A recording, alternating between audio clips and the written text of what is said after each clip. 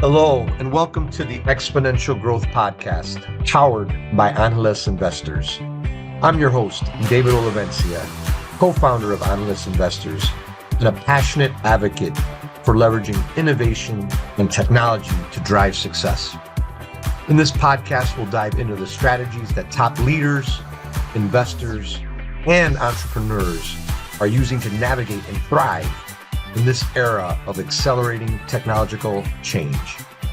Whether you're looking to lead more effectively, make smarter investments, or understand how to harness disruptive technologies for exponential growth, this podcast is for you. Each episode will feature conversations with visionary thinkers, industry pioneers, and innovative leaders who are redefining what's possible in today's rapidly evolving world. So if you're ready to start and stay ahead of this curve, let's get started. This is Exponential Growth. Well, hey everyone, welcome to another edition of the Exponential Growth Podcast. Today I have a very special friend, somebody I've known over a decade, really close to me in a couple different areas. We're co-founders of Analyst Investors. She's a co-general partner with me on our Analyst Ventures Fund, $20 million fund backed by Bank of America, some family offices, and about 90 or so amazing individuals and about 11 or so companies we've invested in. She's on the board of UBS Funds, Pathway Funds, Mercer Funds, BMO Financial, top bank in North America, and several other boards. And also on the board of Analyst Investors as a chair. So she's chair of one of the largest, fastest growing angel investing groups in America. Welcome again to the Exponential Growth Podcast, Adela Cepeda. Thank you so much, David. I'm so excited to be here again. And I love what you're doing with Exponential Growth. Love the newsletters you write are just so on point, always relevant at the time they come out. So Excellent. I know your following is growing. Excellent. Well, Del, you know, amazing background, financial services. I know on the last podcast, those people can go back. We walk through Adela's kind of life story. We're gonna, if you're interested in that, it's an amazing story, by the way. You can go back to the earlier podcast. But today, you know, Adela and I, we spend a lot of time looking at startup deals. We're running a venture capital firm. We've raised our first fund very shortly. Here we'll be on to our second fund. We're already deploying from that. And so, you know, Adela has went from, you know, in the financial services space, you know, whether it's mutual fund boards, running her own company and municipal bonds, on the board of BMO. Now she's in this interesting space called venture capital. So today we're going to really dive a bit into venture capital, call it early stage investing, because you're also part of, you know, Analyst Investors on a part, you're a co-founder and, you know, you're on the board. So let's, you know, maybe let's kind of start 10-ish years ago. I mean, you've known about startup investing before that, but roughly 10-ish years ago, you started becoming more aware of it, and then obviously started cutting your individual checks. Just walk us through maybe a little bit of your, like, the financial background, and then how you started becoming more aware of this asset class, right, of startups and investing in startups and all of that. And then let's kind of start there, and then we'll talk about, you know, how it's evolved a bit. Yeah, great. Well, you know, I started as an investment banker out of college. And so in investment banking, you get introduced to different size companies. You know, somebody knows you're a banker. Oh, I know somebody. And the company could be a startup. There was no such language back then, but, you know, it's a starting company, or it could be something in manufacturing that's been around for, you know, 50 years. So you had to kind of take them seriously, depending on where the lead came. So I saw a lot early on, you know, and I saw that one of the companies I helped to take public, XL Datacom, it was guys from IBM that took the, I think it was called the Silver Lake processor. It was the first one that had a very active secondary market. And so they had a file on all the secondary units. And with that file and with the selling and buying in the aftermarket, they established a very successful tech company. It was the frames that were more portable than the original, huge apparatuses. This was like the size of a refrigerator, but it was the technology of trading those products. But you have to understand where it fit in within all of IBM's products and other products. And so I remember that became an IPO. So we followed it for several years until it had enough size to warrant a good multiple and a good size. You have to have a certain minimum size to be public and get sufficient following. So I loved that. And I loved the research related to the technology and the changes that were happening. That deal, I was going to say, would probably have been in 85, 86, around there. So that was already halfway into my 10-decade career in investment banking. So I was very aware of it. Smith Barney also had a venture group. So clearly we were first dibs for anything that got to the size, either for a significant M&A transaction or an IPO. So very aware of this sector. What I wasn't aware of was the opportunity that it created, outsized opportunity for outsized wealth creation. I saw the IPO, I could see, those guys became significant millionaires. I saw that there. I didn't attach the same valuation because I wasn't in that space directly to what early stage investing could do at that point. Later on, I did, and I've invested in different things at early stage. But it's an area, it's a space that I believe is critical to wealth formation, actually to the subsidy that's required to create long-lasting technologies. You got to have that early stage. And you and I, because of our age and where we are in our life cycle, we have seen the exponential growth of technology as a significant factor in almost every area, not just manufacturing, not just, avionics, right? We can get everywhere around the world. In medicine, I mean, you name the area. Falls a little bit short, maybe in bricks and mortar. We still need, housing, and it's pretty old line. But, even in a building where I'm 100-year-old building, this is all wired I can control it from wherever I am in the world. My lights, everything. So it's an amazing era. And it's one where we have an opportunity to participate. And I'm just so proud of working with you on helping to bring these early stage opportunities to our network of angels, but also to our investors in the fund. Yeah, it's one of those where, I knew about, me personally, right? I knew about tech my whole career. I was an engineer, tech, all that kind of stuff.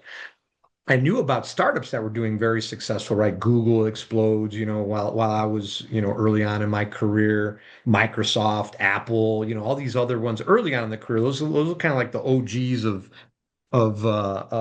Intel, others that were kind of like the first wave of startups. And and I said, amazing how fast they're growing, the growth, the upside, where they're going, how big the markets are. But I never knew kind of like how would one invest? And venture capital was relatively a new, I mean, and then even as it got more mature, it was really, for the most part, the coasts, San Fran, New York, Boston-ish, it was like 90% of it, right? And then it, started to go. But never knew how to get involved. Like, okay, I get it. I get you can invest, but how do you invest very early, like at these things, like, get in before everybody else does when the valuations are low, right? And we I had come across the Notre Dame, Irish Angels, and I remember that was my start, right? In terms of just, with a group and investing, and they have a pretty good portfolio and track record, and some winners in their portfolio. Chime, Trading View, two unicorns, and a couple more coming that I got to see. And I remember as we got to know each other, I was saying, hey Adela, there's this interest, I'm looking at these companies and, there's some outsized returns. And actually, here's a chance where actually you can get, you get 100 people, everybody puts in a small check and you get to participate but, potential upside, right? This is high risk, high reward. And then as I'm explaining this to I was talking to you about this, maybe just share with the audience, like kind of what was going through your mind and how you were thinking about it as I was just kind of telling you my experience with with the Irish Angels. No, I liked it. What I liked about what you were telling me was the disciplined approach, right? Consistently, I mean, I think every quarter you were getting to see some really great opportunities. And when you brought the concept to our small group, I remember there were 3 companies, and when I showed them to my kids, they really liked them. I mean, it was like, oh yeah, mom, this is it. One of them is it. And it was I was more caught up in the logistics. Well, how do where wire? I hate it. I always have hated wiring. So, oh my gosh, I have to wire a check and what and how does it work? I was more stuck up on that. And I thought that would be a hurdle.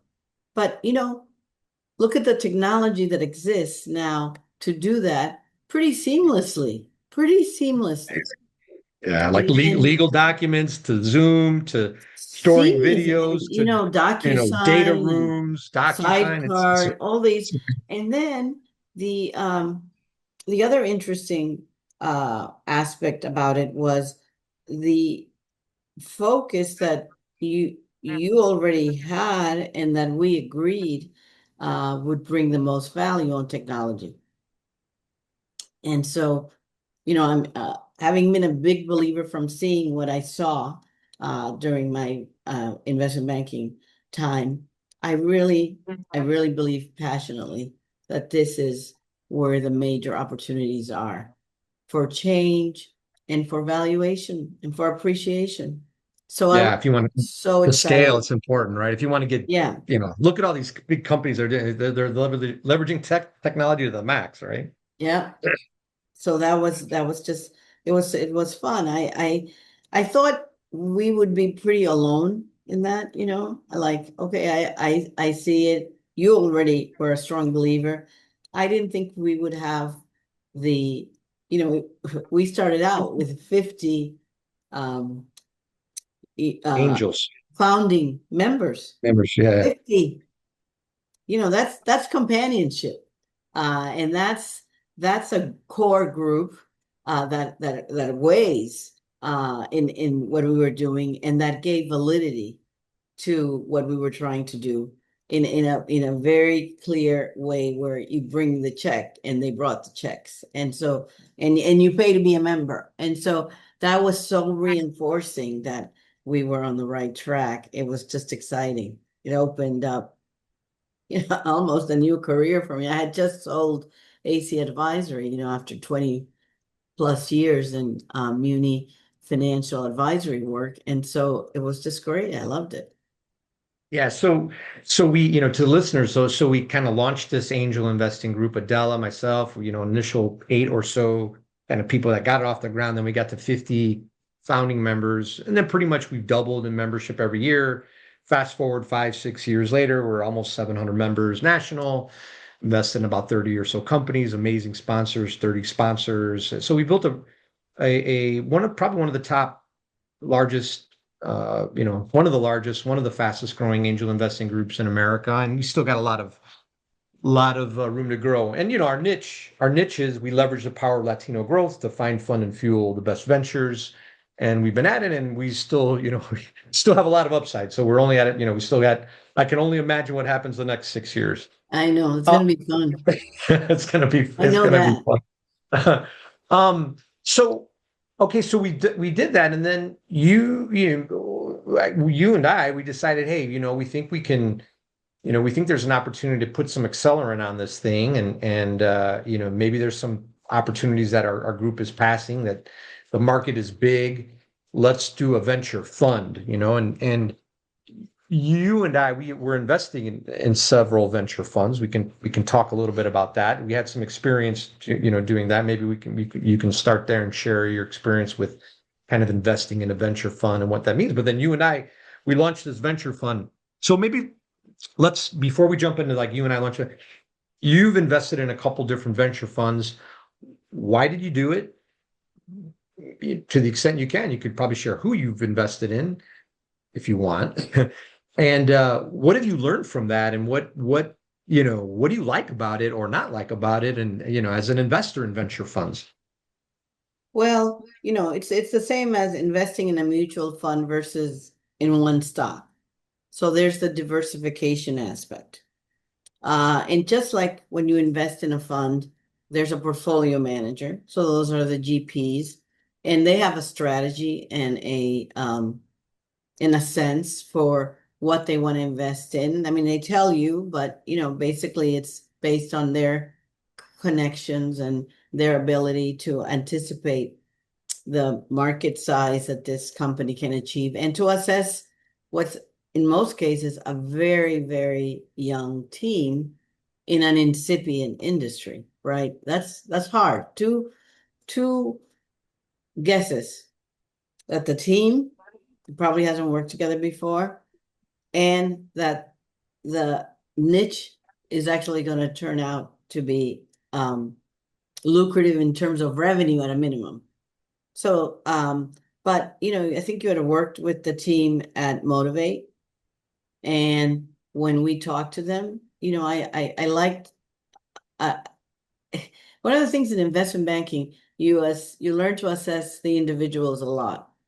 Like, will they withstand the scrutiny of a research department? And then whether they're likable, because that sells to the sales force. They like to assess personalities as well. So using, my experience, I like that team, and I liked what they were doing. You said they had been very engaged with Irish Angels. So, we've invested twice there. We invested in a smaller fund that, you and I and a few others created in one of your top investment companies that we still hope will become, it's doing great. So it should do great. So, that was all very, very interesting to me, a lot of potential. And it's one of the things that I like about venture. You can't ever be alone. I mean, if you're the only investor that's not going anyplace. You gotta work with other investors. Nobody wants to take that risk by themselves, and they shouldn't. And by the way, it's a very risky asset class, but it's an asset class that deserves attention and some exposure in almost every portfolio. Smaller as you're building your wealth portfolio, and then maybe greater as you establish a clear view to your own retirement, whatever funds you need, and to take care of your family and all that. And then maybe if you still have excess capital, this is one area that needs it, because it's an area that if you succeed, it provides exponential returns. Totally. Yeah. So now, so then whatever, 3.5, 4 years ago-ish, you had exposure to startups. You've always had this financial services, career across multiple financial services areas. And then we get together and we talk about, creating a venture, hey, so now you're going to take a new role as a venture capitalist, right? By the way, and I think female venture capitalists, general partners that run fund, it's like the numbers. I want to say 5%, 3%. I mean, it's of all general partners out there. Just a data point I want to say. But we come in, and what's going through your mind, right? When you say, hey, I'm gonna now launch my career, take another, you know, uh, step in my career to be a venture capitalist, right? So like 15 years ago, 20 years ago, if somebody said, hey, Adela, you're going to be a venture capitalist, what would you say? So what's going through your mind when you're getting ready to make this jump into venture capital? So not so far-fetched from other activities I've had. My first foray into entrepreneurship was launching a fund, fixed income. So the most conservative area of investments, right? I mean, A-rated or better, uh, mortgage-backed securities for a little bit of pizzazz. Um, and so I worked to build that fund initially with two other women and Abacus. I couldn't stay the long haul because of changes in my life and having to support a family, a young family, pretty early on. And so being an entrepreneur, it's expensive because you're giving up some concrete income, right? Most of the time in order to get things launched. So I had to go off and do other things. Um, but I had already raised money. I had raised money in the equity sector for others. I had raised real estate funds for another fund through my relationships in the Chicago area and other areas. So I felt kind of comfortable about the fundraising. I didn't assess what a small percentage of most funds are invested in venture. So it's very small. And if the equity market is down, there's even less. And when the equity market is strong, it also is tough because why invest in a private, illiquid area when the market is, jumping the way it has been? So it's been difficult that way to get the kind of funding that I had originally envisioned. But it'll all come down to how well the fund performs, and I'm confident that with your insights, my experience, that it's going to be great. Because our hope is to really pay back the investors in a significant way.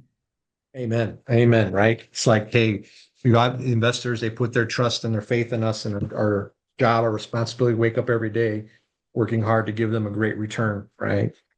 So what, okay. So you've been now a venture capitalist, yeah, at least 3 years. You can argue early on, an early stage investor, a little bit longer, bit longer. Key learnings. What have you learned in, I don't know. I'm sure there's a lot of learnings.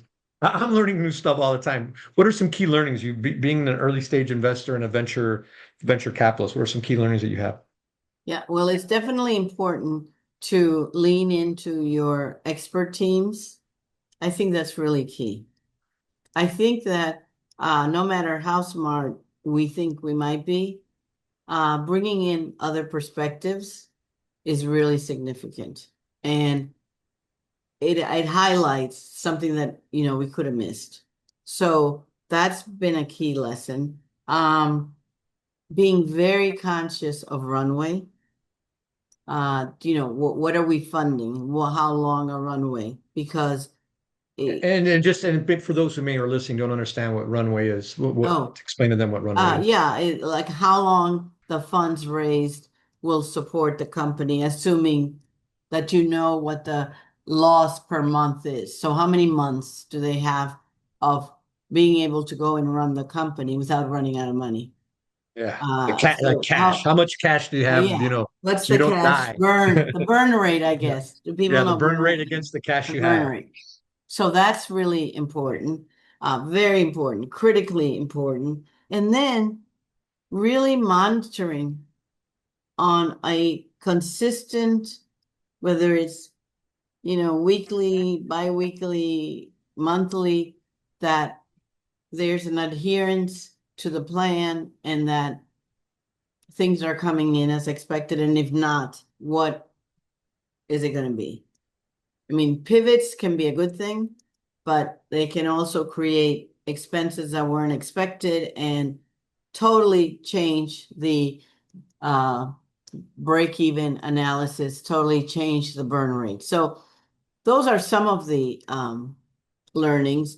Also, even in our market, which is private market, we've seen, right, that some of the technology, some of the fervor of the equity markets gets into it. When we started investing, we invested in companies that were fully employing AI technology, but it wasn't called AI. They were collecting data to establish, I'm thinking like Certiverse, right? To establish new testing procedures and tests and it wasn't called that. And that was they were one of the first companies that the Angel Group invested in and then that our fund invested in. So starting in 2020, but then the fervor is AI and we have to remain confident in our understanding of what a company's technology is doing, regardless of these major movements that suddenly distort the markets in some cases, and I'm not saying that there is a dislocation today. I think what's happening today is there is a realization that this technology is going to have substantial impact in everything. Well, so did, the iPhone or, the phone. I mean, even before the iPhone, BlackBerry, it changed everything. The BlackBerry changed everything. More than that original big phone, the BlackBerry became essential in business. And then, everything on the computer, the access to computers, the laptops, it changed everything. And that's fine. I think what is happening now is the further recognition that these changes happen, they happen fast, and that people are trying to assess quickly what the full impact is going to be. But that there's an impact, absolutely. Totally. A couple of just reflections on some of the lessons you learned, right? The pivots are good, but pivot to those are the startup has a plan and a direction that they want to go. Things change. The market doesn't really like maybe what they have, so they have to pivot. They have to move. They have to change their product, their market or whatever. So they pivot. Pivoting is okay, and sometimes is needed. And most startups, in one way or the other, pivot. Look, I mean, I think Airbnb pivoted, right? They were like cereal for the elections or something like that, right? And others pivot. But I say you don't want to be pivot so much that you're salsa dancing, right? So you want to make sure, you want to make sure you're pivoting too much. So that was one. The other thing that I think you mentioned that I knew a little bit about, but I didn't kind of appreciate it enough is like when you and I were making bets, right? We're looking at hundreds of companies, and then we have to make bets on what is going to grow and scale, what is not going to get wiped out by a competitor, right? Like a big competitor, and that stuff is happening every day. And so, you mentioned just like keeping up, the research and understanding the trends and what's going on.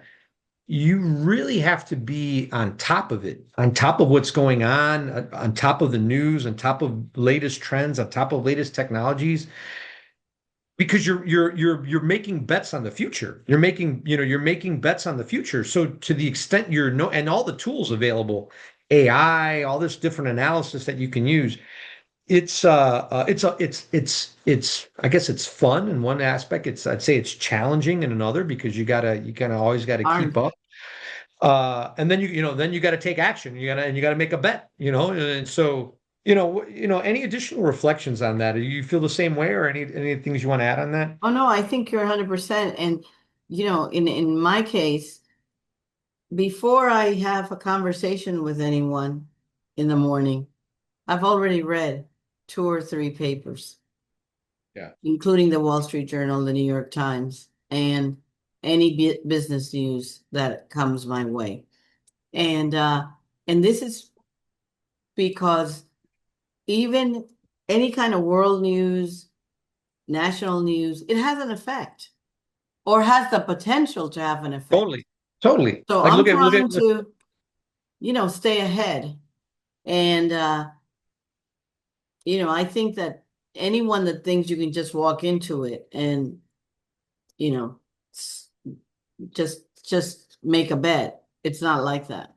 There's a lot that goes into it to understand what is being created, not to mention the intuitive aspects that I discussed before about the teams and all of that. But to understand the technology and its applications, you have to understand applications where in the world, and what does a change in war, the geographies of what does that have the potential to do to your small investment over here? It still can have an effect. Yeah.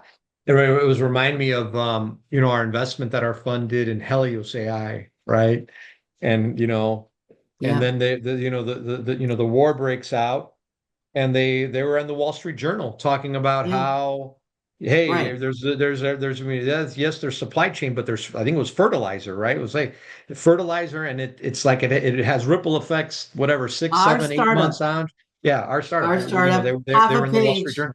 half a page Yeah. in Wall Street Journal Wall Street Journal, with, and that's, yeah. And I think waking up, I think because it wasn't announced I don't know, like I think you it. sent it, you sent me the And I'm like, article what? because you I'm got to like, it earlier. I go, maybe it's like Francisco Martin Rayo. I said, oh wow, that's interesting. I go, is that our friend? Like maybe It was then maybe it was another. I funny. go, but, he's in the Wall Street Journal. I said, oh my gosh, but it just goes to your point that you gotta there's all these macro things, and then that's some, and I guess to our listeners out there too. I mean, I think that's something that I also do and have done every day, is like before I've read all that, that's kind of like the minimum, right? Like the Wall Street Journal, the base, Yeah. and maybe you have some, some little bit of news. I mean, obviously there's some social feeds and stuff like that. And Adele and I, we've done pretty well, and that's the habit that we both have. If you don't have that, you should consider it. I think it's done. It's been. I mean, and by the way, for me, Adela, I think it's been 26, 7 years. I think every day I've been. I think I had a teacher in college. He was an econ teacher. I went to an engineering school. All bunch of engineers, and it was, and he was taught an econ, and he said, and he was an Asian guy. He said, my recommendation, you read the Wall Street Journal every day. So good. And And for then, me, it was, in college, you're an engineer, and you're doing, yeah. just kind of went in one ear and went out the other. And it wasn't until, whatever, my early 20s or after I graduated. And then really pretty much for the most part every day, 20, No, I 26 mean, years. since high school, we were told you got to read the New York Times. You need it for your SATs. So I think 16, 17 years old, my mother got the subscription. And then I was in munis, so I had to be on top of political news. So I used to read all the Chicago newspapers. I still do, maybe not with the same fervor. I'm more focused on the national, and of course Wall Street Journal is a basic, and you have to, and they cover technology pretty well, and then all Yeah. the others that do. There's just a lot. Financial Times, there's a lot, and you Yeah. just have to figure out how to scan it and extract what you need. There is a lot of news content out there, so you just can't read everything, but you oversee the technology section, see what's, and then when I'm not traveling in my office, I'm constantly, and this has been for, I don't know, 25 years. In my office, there has to be a TV, and I'm focused on the news, business news channels.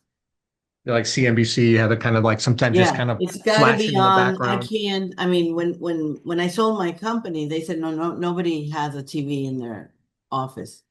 And when I was doing the transition to the buyer, and I said, I'm just so sorry. I just can't. I can't work if I don't have. I can't because I can't show up at lunch. Something has happened, and I'm the one that doesn't know. I'm supposed to be the advisor. I'm supposed to know. Yeah. So that changed. I had my TV, and it's the way I can work. So, Adela, so now, we're into it three years, right? Just give our audience a sense of kind of, okay, well, out of the next couple years, what's next? What's Well, next, and how do they stay connected to you, and what all the good stuff that you're doing? Well, I mean, I do keep a profile on social media, on LinkedIn, and the Angeles, we're so connected, not just on LinkedIn, but on some of the other social media. So that's one way to stay connected. But I'm excited about where our fund is, but we're substantially deployed, right? We have a little bit more to do, and then launching our next fund, which is going to um, be larger, hopefully, and so help us have more substantial participation in our investments so that we can have a greater opportunity to help them, achieve their connections. And I just think that with capital at a higher level and the networks that we bring, not just the Angeles network, which is amazing. Over 750 members, top of their field, or on track to be at the top of their field. That's just an opportunity that we can bring to our port companies to access almost in every industry, right? What their need could be. We have somebody that's in that space that can help them get to it sooner. And that's very precious and valuable to startups who, like I said before, for the most part, are young teams. They don't have the depth in the networks that we can bring. So we bring that, and then together with opportunity for greater capital infusion, really see them through the challenges of early stage investments.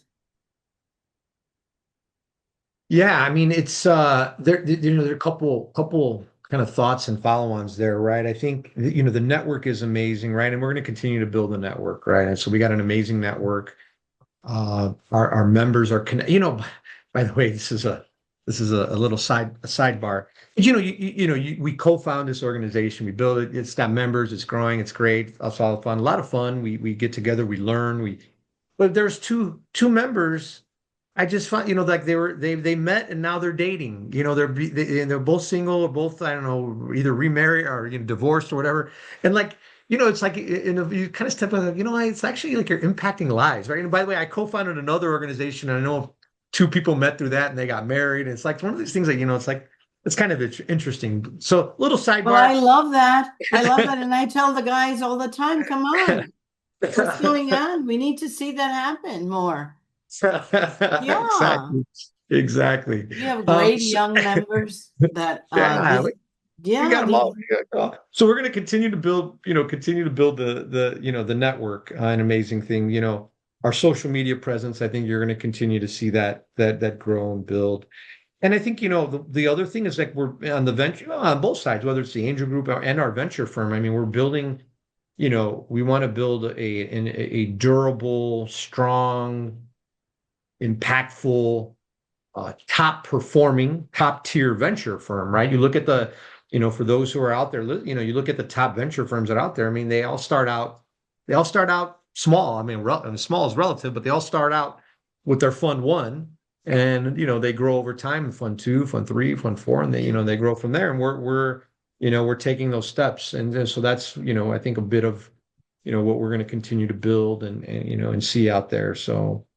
Adela, any last closing remarks before I know you got a lot of stuff going on, but any last closing remarks? No, that venture is hopefully an opportunity for so many more, and that hopefully what we're doing through Angeles investors and through our fund is an opportunity to break it down into accessible bites, right?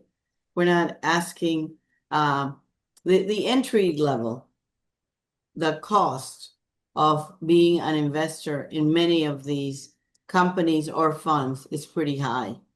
And what we've done with Angeles investors is break it down so that you can come in with fairly nominal level and join a nucleus of others and watch it become something. And I think that's I love that we're doing that. I think that access and inclusion is so critical. And so I love that we're giving access to so many that wouldn't have even thought of it. So hopefully it will be access to very positive returns. Amen. Amen on that. Well, hey, Adela, thank you so much for jumping back on the pod. I'm sure there'll be more as we continue this journey of different checkpoints. But thank you again, Adela.